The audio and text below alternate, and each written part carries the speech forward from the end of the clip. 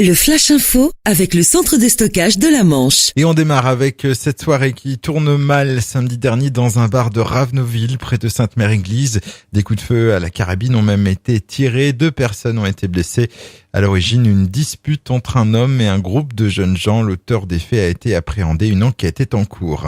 4 mois de prison ferme pour l'agresseur d'une contrôleuse SNCF, une affaire qui avait choqué les salariés de la compagnie ferroviaire dont certains étaient présents à l'audience hier. Le 14 octobre dernier, dans un TER entre Caen et Cherbourg, un homme de 41 ans originaire de la région parisienne avait insulté et menacé de mort la contrôleuse qui avait alors alerté la police par radio. Mais l'individu ne se calme pas pour autant, main dans les poches, dans une attitude suggérant qu'il se livre à la masturbation. Il continuera à proférer toutes sortes de menaces. Un Manchois élu à la présidence du Conseil économique, social et environnemental. Il s'agit de Patrick Bernasconi, 60 ans, habitant de la commune de Dongean. Il est à la tête de 4 sociétés de travaux publics.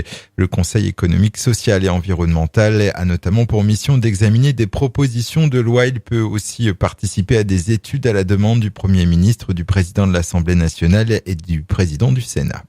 Cinéma avec la sortie aujourd'hui du film Marguerite et Julien, un long métrage qui avait été présenté au dernier Festival de Cannes et tourné en grande partie au château des Ravalais de Tour-la-Ville.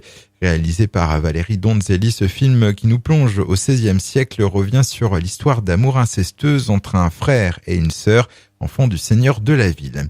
Et puis du football ce soir avec le Stade Malherbe de Caen qui, après leur superbe victoire à Bordeaux dimanche dernier, vont voir le niveau monter d'un cran ce soir avec un déplacement à Monaco. Le club de la Principauté qui tourne désormais à bon régime après un début de saison compliqué. Coup d'envoi donc de ce match ce mercredi à 19h. Le Flash Info vous a été présenté par Landra, centre de stockage de la Manche à Digoulville. Pour en savoir plus et visiter notre centre, 0810 120 172, coup d'un appel local.